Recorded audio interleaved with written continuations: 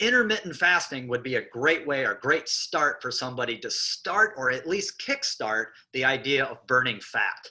So here are 5 rules that I learned from this book, The Fat Burn Fix by Catherine Shanahan. And number 1 is try not to eat like any bad fats. All right. So what are some of those bad fats? Well, oftentimes they're found in stuff that we cook with, like cooking oil. So bad fats. But what are some good fats? So here's an easy one for you guys to remember. ABCO. ABCO. A, avocado oil. B, butter, real butter. All right. No, no added anything, just basically real butter, something like ghee. C is coconut oil, and O is olive oil. So olive, butter, coconut, olive. Got it? Yep. Or avocado.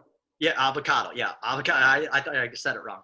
All right, so that's rule number 1. Rule number 2 is think about eating slow digesting carbohydrates. So we don't eat a lot of sugar and spike our insulin, spike our blood sugar. So we want to stay away from processed foods and processed carbohydrates, and definitely high sugar valued carbohydrates. We want to stick with like low glycemic carbohydrates, like certain vegetables like broccoli, maybe like Brussels sprouts, carrots, stuff like that. Actually, carrots have high glycemic, but you get the point. It's like slow digesting carbohydrates. The next one is very controversial, and a lot of different research has gone left or right of this, but the normal advice has been stay away from salt. Well, Catherine's research is now talking about how most people are so low in sodium that it's actually causing what's called insulin resistance. And when we have salt in our diet, it actually helps reverse the insulin resistance, and then it also helps improve digestion, and then it also helps keep us a little bit more hydrated. So a lot of the research has always been like, stay away from salt, stay away from salt. And for some people, yes, having super high salt is bad, but for the majority of people, having just a little bit more salt in your diet can actually help with your digestion and your metabolism. And so you're not craving things.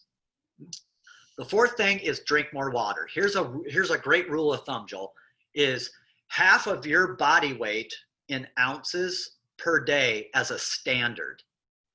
Okay. So if you weigh 200 pounds, roughly 100 ounces of water per day.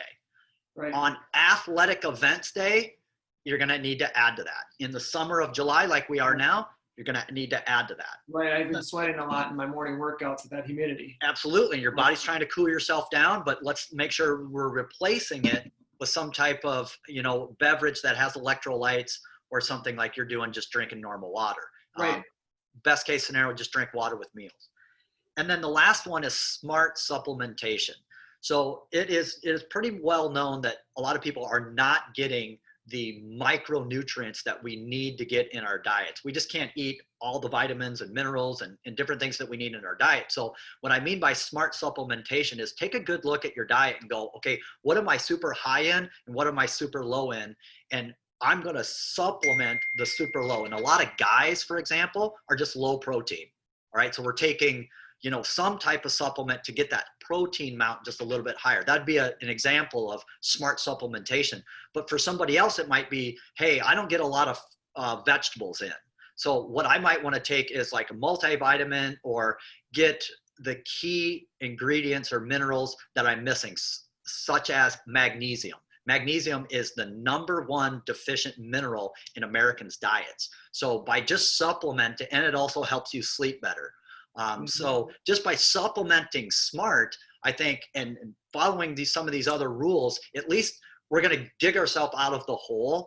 And along with being a good fat burner, practicing like an intermittent style fasting diet, you might actually practice the idea of burning a little bit more fat than just, for instance, only being a glucose burner and wondering why you're not dropping weight, why you're not burning fat, and you're not seeing any result from the efforts of your workout, because you're never going to be able to outwork a bad diet.